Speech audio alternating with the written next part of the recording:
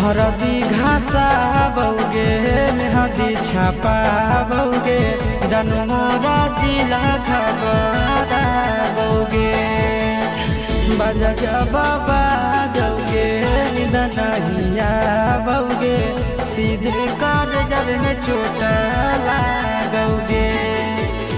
हरदी घासा बौगे मेहदी छापा बौगे जनमोरा दिला घबरा बौगे बजा बाबा जौगे नहिया बौगे सीधे कर जब में चोट लागोगे।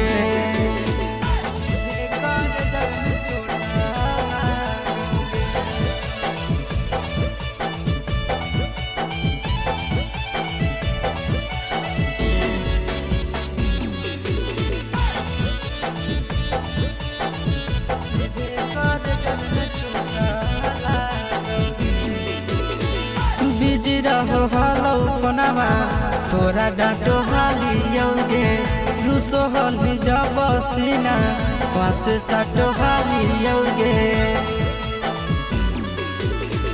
बिजी रहो हलो पनामा तोरा डांटो हालियोगे रूसो हली जब सीना पास साटो हालियोगे। काड बाटा बौगे मारो छबा बौगे हृदय हमारा बौगे बजा बाबा जौगे नहिया बौगे सीधे कर जब में चोट लागोगे।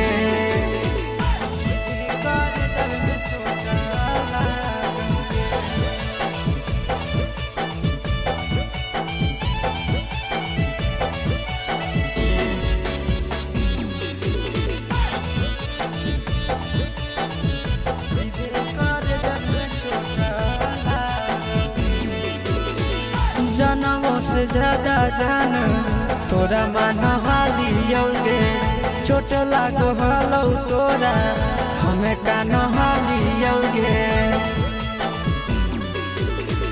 जनमों से ज्यादा जान तोरा मान हालियोगे चोट लागो हलो तोरा हमें कान हालियोगे।